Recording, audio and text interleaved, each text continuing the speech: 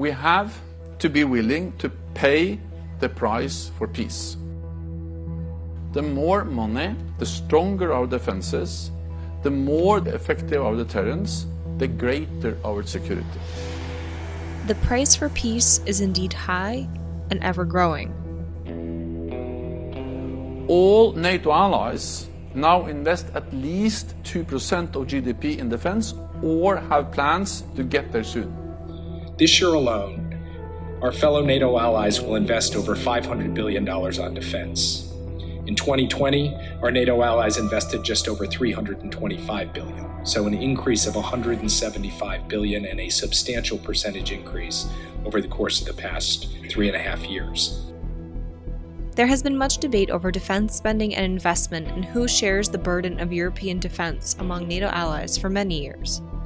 The U.S. is somewhat responsible for the fact that we've assumed such significant responsibility for European defense. We sort of distorted the NATO defense planning process by way of our generosity, right? And maybe our sort of bureaucratic ineptness. And we let European allies off the hook. I think those days are over. So there's evidence in each administration from Eisenhower to present of concern with transatlantic burden sharing and a desire for Europeans to do more. But the challenge has always been that it's difficult to ask allies to do more without relinquishing a little bit of control and authority over how the alliance functions. Germany is meeting the 2% target this year for the very first time. Berlin will struggle to continue meeting that target in the years to come. For the first time, total defense spending across Europe and Canada is above the 2% target. So the good news is that we have delivered on the pledge we made 10 years ago. But the bad news is that this is not longer enough. The U.S. presidential election cycle has only exacerbated the sense of urgency. How would Europe fare without the U.S. in its corner? And why does European security still matter for the U.S.? And most importantly, who's going to foot the bill? It has been a few months since NATO allies met in Washington to commemorate the alliance's 75th anniversary. In this episode, we examine the contours of the burden-sharing debate within the alliance, what major decisions came out of the summit, and what lies ahead. Throughout this series, we'll be hearing from people who have dedicated their careers to serving, understanding, and educating about NATO's mission, its work, and its role in preserving transatlantic security. I'm Natalia Gopitnik, Director of Communications at the Foreign Policy Research Institute. I'm Rick Landgraf, Senior Fellow in the Institute's Eurasia program, and this is The Ties That Bind. NATO at 75 and beyond. Thanks for joining us. Joining us today is Doug Lute, Lieutenant General, U.S. Army retired. He served 6 years in the White House during 2 administrations, first under President George W. Bush as the Deputy National Security Advisor for Iraq and Afghanistan from 2007 and 2009. He was the most senior White House official retained by President Obama, serving first as coordinator for South Asia, and then during the second Obama administration as U.S. Ambassador to NATO from 2013 to 2017. Ambassador, thank you for joining the show. It's good to be with you, Rick. My second guest is Colonel Jordan Becker, U.S. Army. He is an assistant professor of international relations at the U.S. Military Academy in West Point. His research focuses on the political economy of European security, China-Europe-U.S. relations, and transatlantic burden sharing. Colonel, welcome to The Ties That Bind. Thank you, Rick. I'm happy to be here with both of you gentlemen. Today we're going to talk about burden sharing within NATO, the history and contours of the debate over sharing the burden of European defense among the NATO allies, trends in defense spending and investment, and where we are now in light of NATO's 75th anniversary summit held in Washington last month. You co-authored a piece titled The Time for Europe to Step Up Is Now, published by War on the Rocks back in the beginning of summer in May, in which you argued that the time has come for the European NATO allies to step up and carry a larger share of the burden of European defense. Doug, I'd like to ask you first, what motivated and prompted you to write this piece at this time? Well, I think there were 2 significant dynamics. One, was just the simple geostrategic challenges facing the United States with regard to looking both east and west at the same time. So the rise of China, in particular China's military potential, and troubling challenges to the international system and international norms has drawn American attention to the Pacific, Asia Pacific. And of course, this goes back. This isn't new. This goes back at least 10 plus years to the Obama period of a pivot to Asia. But then the second dynamic is domestic, and that is domestic to the U.S. And that is simply I think, an enduring reality that either major political party in the United States will expect, and will continue to expect a more responsible, equitable sharing of the burden for European security, especially as our European allies have moved forward politically by way of integration, but also advanced on the prosperity front in regard to economies. So it's both geostrategic and domestic U.S. Jordan, I'd like to turn to you now. That as far as the history of the burden sharing debate, and Doug pointed to this, former President Trump was possibly the most vociferous in calling out the allies, but he has not been the only U.S. leader to do so. Where does this debate stem from, and how far has it gone back? I think it really goes back to the birth of the alliance. I have not seen any sort of clear documentary evidence that President Truman or his staff sort of concerned about European defense spending, but it certainly goes back to the Eisenhower administration. So there's evidence in each administration from Eisenhower to present of concern with transatlantic burden sharing and a desire for Europeans to do more. But the challenge has always been that it's difficult to ask allies to do more without relinquishing a little bit of control and authority over how the alliance functions. So that's been sort of the dilemma that the United States has faced, the sort of autonomy versus control in the burden sharing context. Doug, where do we stand now as far as what have the allies agreed to? There's a lot of talk about the Wales Summit Pledge. A lot of pundits, observers, politicians on both sides of the Atlantic cite the Wales Summit Pledge. What is that? Can you explain that a little bit? Well, in short, and Jordan and I were both sort of present at the creation at the U.S. mission to NATO in 2014, when NATO allies came together, allied leaders came together for summit in Wales, and agreed for the first time ever at the head of state and government level on a pledge for defense spending. And this is the now famous or infamous 2% of GDP committed to defense spending, and 20% of that committed to capital investment, so new equipment and so forth. There were also some pledges towards output measures that got less publicity, but it was largely, the Wales Pledge was largely the 2% of GDP. And at the time of Wales in 2014, the wording is important. So it's important to actually go back to the source document here, which is the pledge itself, agreed by the then 28 leaders, to include President Obama in the chair for the United States. And it says that allies agree to move towards 2% of national GDP committed to defense spending in 10 years. So it was a 10-year program. And it was actually quite modest because of that clause, move towards 2%. I remember poignantly my German colleague, the ambassador from Germany, who at the last minute, in order to reach consensus and bring Germany into consensus with the others, had to insert that clause, move towards, as opposed to be at 2% in 10 years. But nonetheless, the shorthand became 2% of GDP committed to defense. And of course, the Washington summit in 2024 capped that 10-year period. So the decade from Wales to Washington was essentially the pledge period. And when the pledge was signed in 2014, I think there were only 3 allies who were at or above 2%. And 10 years later, so at the end of the pledge period, if you will, at the Washington summit this July, there are now 23 of now 32 allies. So roughly 3/4 of allies are at the pledge mark, which is a significant advance for a pledge that would actually cause you a close reading to suggest that it was a pretty modest pledge. But it had a pretty significant, pretty impactful outcome, with 23 of 32 now there at or above 2%.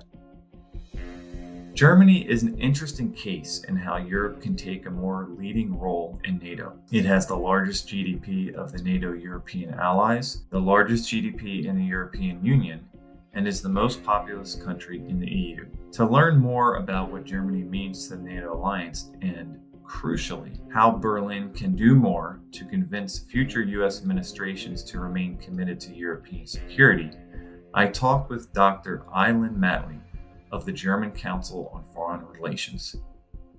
The United States has long been concerned with what it perceives as unequal burden sharing within the NATO alliance, with successive presidential administrations publicly and privately criticizing European allies for insufficient commitment to defense spending. So I'd like to ask you, Aylin, what have the European allies been doing since Russia's renewed invasion of Ukraine in 2022 to address these U.S. concerns over the imbalances of burden sharing within the alliance? I would actually use 2014 as a sort of point of departure, because since 2014 and back then the illegal annexation of Crimea by Russia, and also the beginning actually of the war back then, a sort of more covert operation conducted by Russia against Ukraine, or at least parts of Ukraine, European allies have become more aware of changes in the security environment in Europe.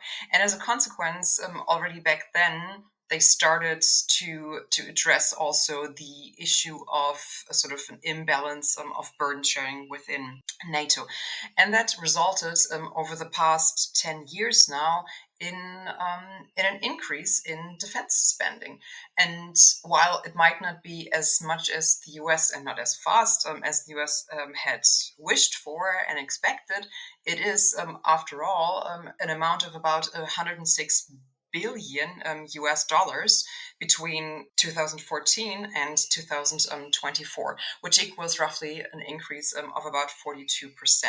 And I mean, I think there are a number of reasons as to why Europeans got their act together in that regard. I mean, first off, all NATO allies, not only Europeans, but also the US and Canada, promised each other, made a pledge to each other in 2014 to spend 2% of their respective GDPs on defense by 2024. And only now, 10 years later, in 2024, are 23 out of 32 NATO member states reaching that goal. In the years past, many countries, including my own country, Germany, were really far away from reaching that goal. So I think it stands to reason that it is, partly due to pressure, to argue that it is partly due to pressure coming from the US, but also other European allies, especially in the Baltic states, but also in Poland. But also, obviously, it is also due to the renewed invasion of Ukraine that Europeans are now spending more on defense matters, and thereby addressing not only, but also the burden sharing question within NATO. As far as the bringing it up to the Washington summit this summer, the Wales pledge, the pledge was made back in 2014. As you mentioned, 2/3 of allies are now meeting that 2%. And the pledge, the goal was to meet that 2% by 2024. Here we are in 2024. Washington summit was in July.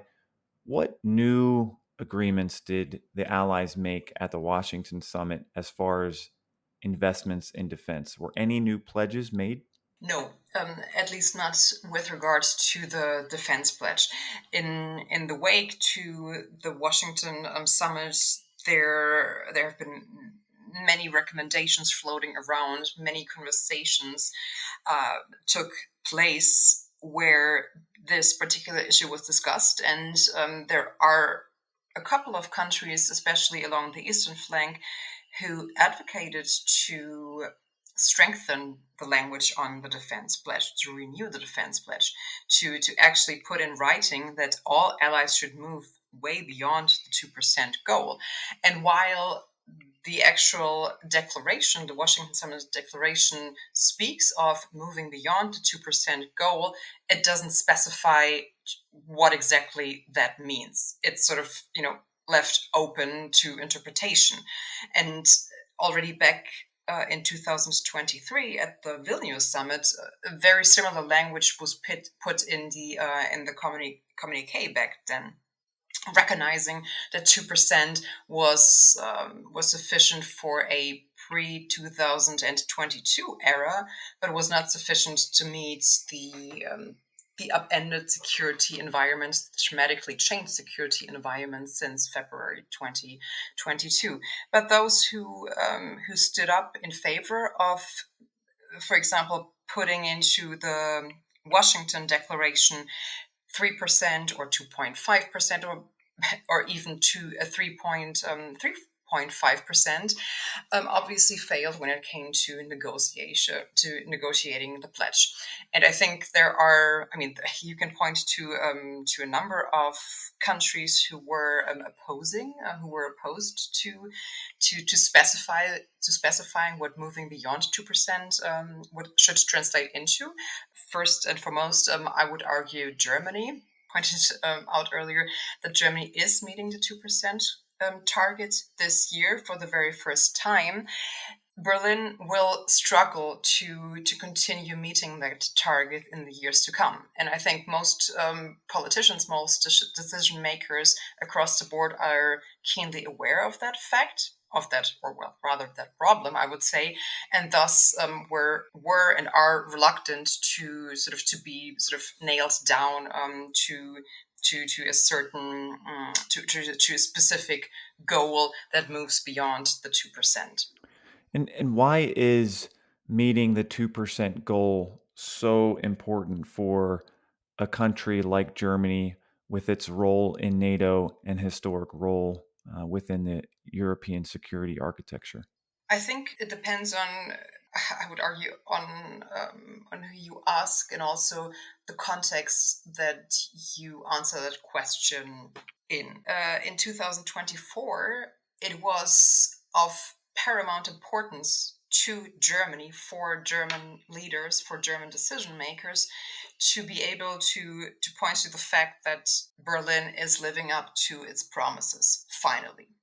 And why is it so important in 2024? You alluded to it earlier. The U.S. is in a very pivotal election year, and I think it was very important not only for Germany but also other European allies to to prove to lawmakers in the U.S. Across the board that they are serious about the pledges that they have made 10 years ago. To convince them that Germany, but also other European allies, are reliable allies, that they are allies that the US should continue investing in, because they're meeting their pledges, they're living up to their promises and expectations. So I think that's one part of the answer, why it is so important in 2024 for Germany to show that it is a reliable ally. Obviously, the other aspect to that answer can be found in the celebration year that NATO is in. 75 years of NATO is also quite a feat, and in that year, Germany does not want to be the ally that is failing to meet what it has promised to do for 10 years, but has failed until now. Has failed to put into practice and action until now. And then all the sort of political context aside, there's obviously also a geopolitical / security and defense part to that answer, and also to answer why it is so important for Germany to meet this goal, not only this year, but hopefully in other years to come as well. And that obviously relates to Russia and to the security environment that Germany finds itself in, alongside all of its other allies, since not only 2022, but I would argue since 2014. Jordan, a lot has been made about the Wales Summit pledge and how this is a focus on defense investment inputs, the 2% for overall defense spending, the 20% for capital investment. What is the importance, or what's the crucial factor on focusing on inputs and how that affects outputs? What is more important in this debate, inputs or outputs? That's a critical question, Rick. And of course, at the end of the day, outputs are most important. The reason we have inputs is to achieve outputs, not just in defense investment, but in most things that we do. The challenge in the debate, and I think we've come a long way in this debate, is essentially the relationship between inputs and outputs. So in those early days, during the negotiation of the pledge and immediately after the pledge at Wales, which I want to add that the language is actually even more mild than the two of you just discussed, because it wasn't just move towards, it was aimed to move towards. So it's highly caveated, very very mushy language, that, what Ambassador Lute just said, that it's actually, in my view, quite impressive that there's been so much progress despite the mushiness of the language. But part of the debate then in those early days was about this relationship between inputs and outputs. And there were some allies and some commentators who were indicating that, hey, this is just a very blunt instrument, and it's all about efficiency of gaining, essentially minimizing costs and maximizing output. That briefs well, but the reality, I think we show pretty well in the War on the Rocks article is that outputs are exceptionally strongly correlated with inputs. Like the results of the econometrics are sort of an upside surprise to me, or were when I first analyzed it. I would have expected there to be a little more slip between the cup and the lip. That is to say, a little larger gap between what allies invest monetarily and what they get in terms of measured capabilities. But the correlations are remarkably tight. And I showed that in a War on the Rocks piece that I wrote back in 2015, when this was sort of an open debate. And there's now some new data. A guy named Mark Suba at Florida State has quite a nice military capabilities data set that I used to do the work in the more recent War on the Rocks article that Ambassador Lute and I wrote with our colleague Drew Webster. So I think this is, I'm sure it is not going to remain a settled debate. I'm sure there will still be people who suggest that you can get more for less. The headline for me, both intuitively and econometrically, is that actually you get what you pay for. Rick, let me just add, this is really important. And Jordan's been at the forefront of making this connection, this sort of provable connection between inputs and outputs. But at the time of the Wales Summit, it was inputs that were achievable politically in terms of the pledge. They were achievable only with this very modest language, because the debate inside the alliance was unclear, and we didn't have full consensus. And of course, in order to be signed by the heads of state and government in Wales in 2014, you needed a vote of 28-0, right? You needed full consensus. So it's interesting that the critique comes from some who say, well, you're measuring the wrong thing. Inputs, not outputs. But as Jordan and others have shown, there's a close correlation. And from others, a critique comes from, well, this is so modest, because a major European ally, for example, could abide by the Wales Pledge and commit €1 more at the 10-year mark, or just aim to commit €1 more at the 10-year mark and still be obeying the pledge. But in both cases, those critiques proved to be sort of not well informed, and they didn't play out in practice, because in fact today we're at 23 out of 32.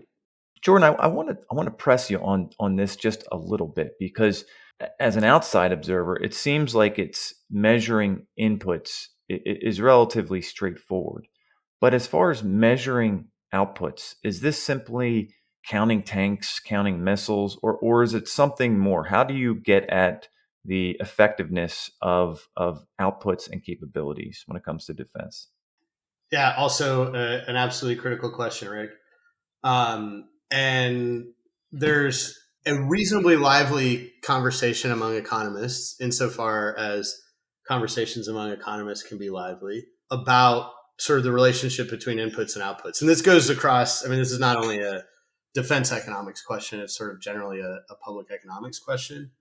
But generally, the place I would say that conversation is we talk about inputs, intermediate outputs, and outputs. So the inputs are the dollars we put into our defense budgets. And it's probably important to note at this stage that those dollars are divided amongst different priorities. And NATO and the EDA and various national defense ministries sort of slice those into four big categories, which are personnel, equipment, which is, end items, equipment modernization, O&M, which is munitions, training, fuel, day-to-day expenditures. It's operations and maintenance, right? Right, operations and maintenance. Yep, sorry. And infrastructure, which is like basing and facilities. So those financial inputs are on the, if you imagine sort of like a continuum from left to right, from inputs to final outputs, those are the initial stage inputs. Then we have these things that we call intermediate outputs, or that economists call intermediate outputs. And those are things like tanks, planes, bombs, trucks. Those are the things that we can measure that we call outputs. There are also sort of non-material outputs that the European Defense Agency has endeavored to measure, things like deployability of forces, sustainability of forces. But as you get less material, it gets less easy to measure. And then at the end of the day, the final outputs are very difficult to measure. We could probably measure them as binary outcomes. It's a 1 if it happens and a 0 if it doesn't happen. And those are things like war and peace. Has my country been invaded by a hostile force? Have we maintained the territorial integrity of our national space? And then it can get even more nebulous. Are human beings living in my society safe and secure to live their lives as they please, et cetera, et cetera. So basically, as we move from inputs to final outputs, measurement becomes more and more challenging. And my argument is that up to the point where we can measure, which is sort of these material outputs that are sometimes called intermediate outputs, there is an incredibly strong correlation between inputs and outputs. And I think historically, this is difficult to analyze econometrically. And it's really, a lot of it is a judgment call on the part of elected officials. But generally, countries are safer, particularly from external aggression, if they have more capable militaries. And material capabilities generally translate at some level into security. Rick, when you aggregate that question between inputs and outputs to the NATO level, so now collective security, right? I think the most important current output measure is the ability of NATO to resource its 3 newly adopted regional plans, defense plans, right? So Plan North, Plan Center, and Plan South. And the assignment of responsibilities in terms of military capabilities. So high-end air defense, combat brigades, transportation capabilities, long-range precision fire capabilities. Those responsibilities have been assigned out to NATO allies for the 3 regional plans.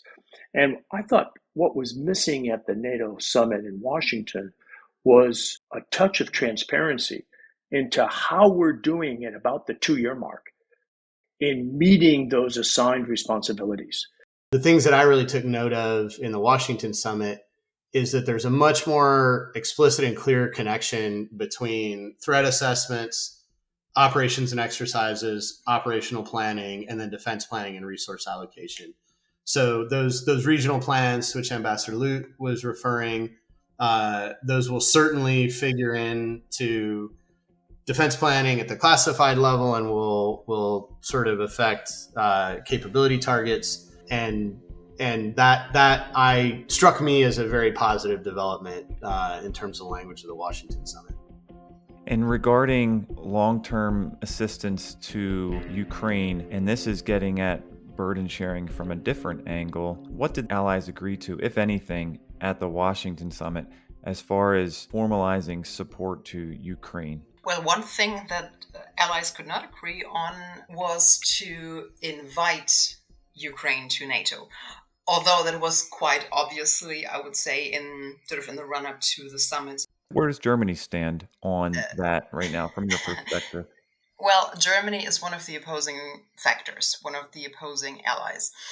Germany is not ready yet, if ever, to extend a formal invitation to Ukraine in order for the country to join the alliance. Germany is not alone in that opposition camp, I would say. The most important ally in that camp is Washington. Right. We should say that the United States is also currently opposed to Ukrainian membership as well. Yes, and I think that is very comfortable for Berlin to have Washington by its side, as in almost or in most other areas as well when it comes to supporting Ukraine. And I think that is one of the driving factors of Berlin's Ukraine support, or has been the driving factor since February 2022, to be in what German Chancellor Olaf Scholz called to be in lockstep with the United States. And I think in that regard as well, when it comes to Ukraine's membership, there is no difference to be found. Apart from the lack of agreement on inviting Ukraine to join NATO, there were some other deliverables, some of which had been known prior to the summit, or were sure to be announced and expected to be announced at the summit. First and foremost, the new NATO mission to Ukraine. I mean, technically it's not a mission, which Germany insisted on to make sure that it doesn't imply that NATO is actually on a mission in Ukraine proper. Instead, it now has a very complicated name: NATO Security Assistance and Training for Ukraine, NSATU.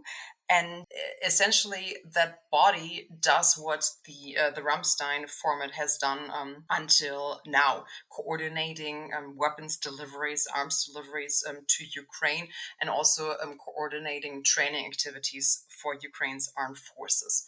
And that is something, the agreement to come up with such a activity comes partly down to find a mechanism to bolster or to find a precaution in the event that the US does not continue its support for Ukraine. And that prospect, that possibility, obviously arises with a possible second Trump term.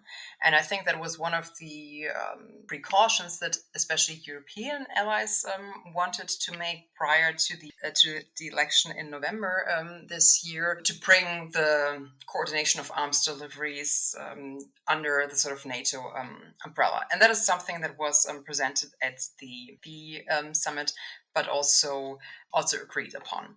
And then, in addition, but that it was already clear before the summit, NATO is now stationing a senior civilian office official in Kiev. Another deliverable, whether that is a success or not, is up to interpretation, I would say. But it was very likely, and then also confirmed in the final declaration, that allies agreed to put into writing that Ukraine's membership will be irreversible. Whatever that is supposed to mean in the end is actually beyond me, because you can put many things into writing and don't necessarily have to act on that. But I think that was another political gesture towards Ukraine, but also I think a signaling towards Russia to make sure that the Kremlin gets the message that NATO is still firmly supporting Ukraine, even though it does not yet dare to invite Ukraine to formally join the alliance. Another deliverable amounts to allies having agreed to set aside 40 billion euros for Ukraine's military aid for next year, which, some had argued, including the Secretary General, the outgoing Secretary General Jens Stoltenberg, to be much higher in the run-up to the summit, but in the end, allies could only agree on that sum. And I would say those are the most important deliverables and actions that allies could agree on with regards to supporting Ukraine, not only in the short term, but also in the longer term. I know that there's a requirement that no NATO ally would contribute more than 50% to a specific mission or requirement. How does that rule or agreement factor into these three defense plans, if at all? Well, it's a long-standing sort of benchmark, not so much a hard and fast rule, because we haven't. If it's a rule, we've been breaking that rule for decades, because the rough proportion of capabilities today is 70% U.S., 30% all others. So that's a long way from not more than 50% by any one ally. But to some extent, frankly, I was surprised when I got into the details at NATO to learn that the U.S. is somewhat responsible for the fact that we've assumed such significant responsibility for European defense and, in effect, let our European allies off the hook. And we did this by way of our participation in the defense planning process when, let's say that the scenario planning back in the day called for, 6 carrier strike groups, right? And there would be a bidding going out to all NATO allies. Well, who can provide the 6 carrier strike groups? And for years, the U.S. answer is, we got it. We'll provide all 6, right? And of course, if that's the case, NATO feels self-assured that its defense commitments are being met.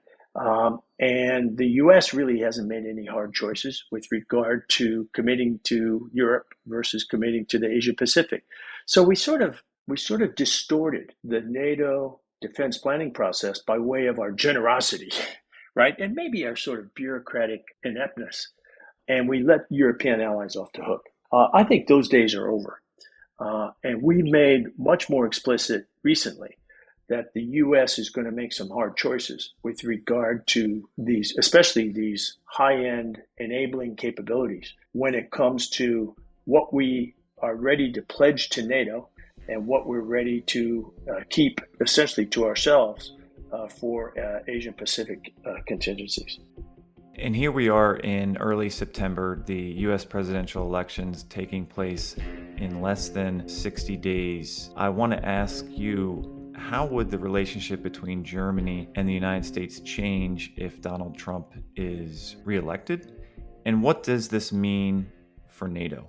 I think it is safe to assume that bilateral relations between Germany and the US would sour dramatically if Trump were to be reelected, in comparison to the rather cozy relationships Berlin enjoys with Washington at the moment and has for the past, almost 4 years now.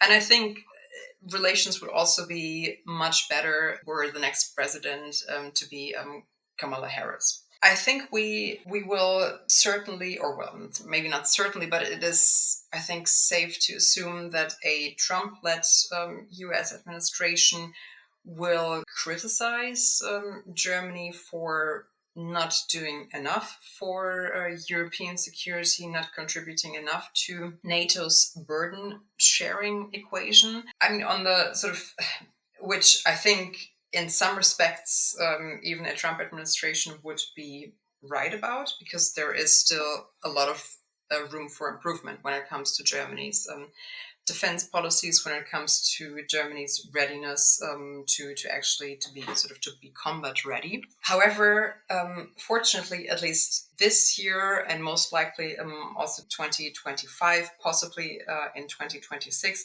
Germany can rightly point to the fact that it is in fact meeting the 2% goal, which might be able to cushion criticism coming from a Trump administration.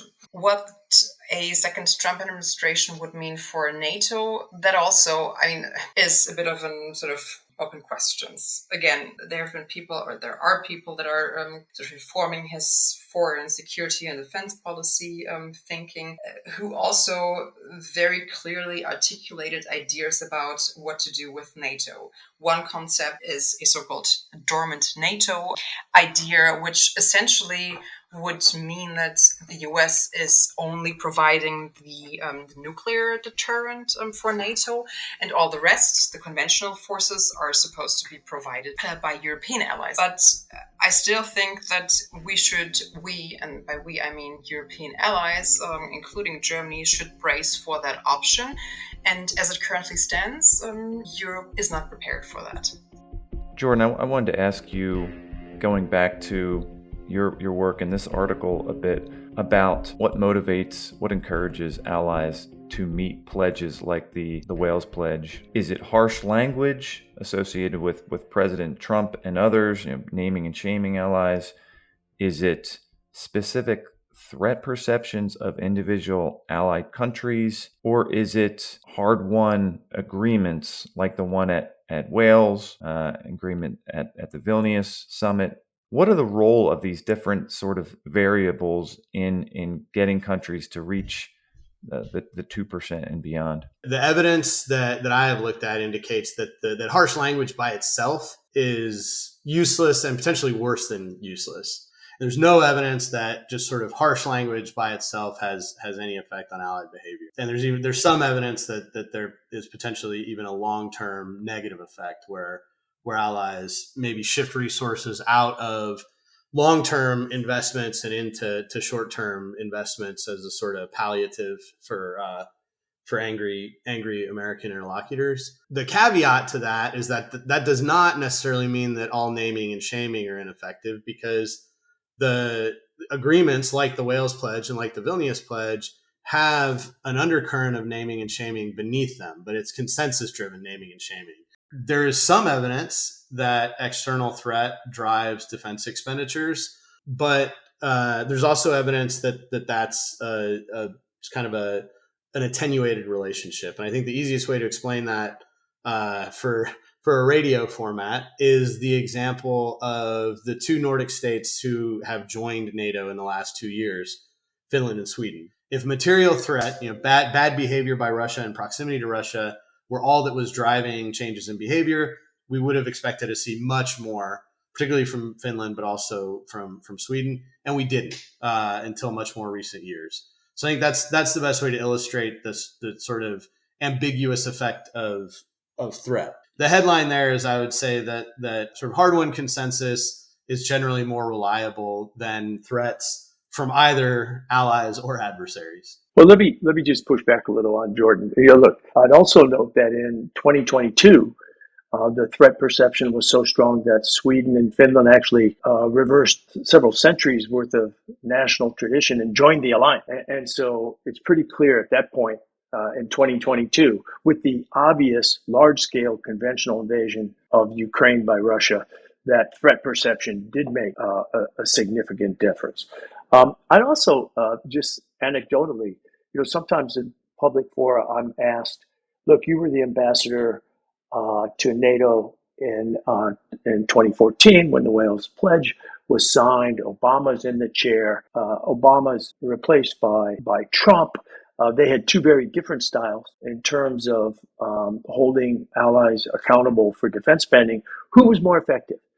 Who's more accountable for the increase in defense spending across NATO? Now you've had 10 consecutive years of real increases in other than U.S. defense spending, right? So who's responsible here? Was it President Obama or was it President Trump? And my shorthand answer is, you got the wrong president. It was Putin who's most responsible for that 10-year pattern of increased European defense spending. So I lean a little more heavily than Jordan, perhaps, and perhaps more than the data actually show. I lean more heavily on threat. So I can do something here that I often do, which is support Ambassador Lute's intuition with data. My argument with threat perception is, so what the data shows is the data conceives of these things as continuous variables. Threat perception really is kind of a threshold variable. Countries sort of experience rapid changes in terms of threat perception. And those two countries are a good example. They didn't see it until they saw it, and then when they saw it, there was a significant change. What else can the European allies and Germany as a leader of Europe do to convince the United States to stay engaged in Europe? I think it is important to understand that while to some, and reasonably so to a certain extent, I would say, the 2% goal seems a bit arbitrary, because it is a sort of an input measure, not an output measure. At the same time, it is clear that a lot of money will be needed and is needed in order to invest in defense affairs, especially now that the security environment that European allies, but also to a certain extent the US finds itself in again, has dramatically changed. Living up to certain elements and certain promises that all agreed on, that many European allies, including Germany, have volunteered to fulfill, should be put into practice. What is also important, and what Germany and other European allies should be cognizant of, is that the sort of main theater of sort of strategic priority and importance for the US is no longer in the Euro-Atlantic theater, but is and has been shifting to the Indo-Pacific theater. And I think, at least in parts, mirroring what the US is doing in that theater, and also sort of complementing what the US is doing in that theater, could go a long way in convincing the US to also remain committed to Europe.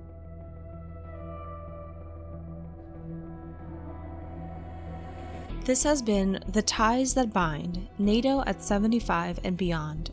Our guests were all incredibly generous with their time, so we do encourage you to hear all of their insights in the complete interviews and transcripts available in the link in the description of this episode. And join us in a few weeks as we explore NATO's Indo-Pacific partnerships. In the meantime, we want to hear from you. If you have any questions for our hosts or guests, please do leave us a comment through Substack or at the handle @FPRI on X, or email us at comms@fpri.org. Until next time.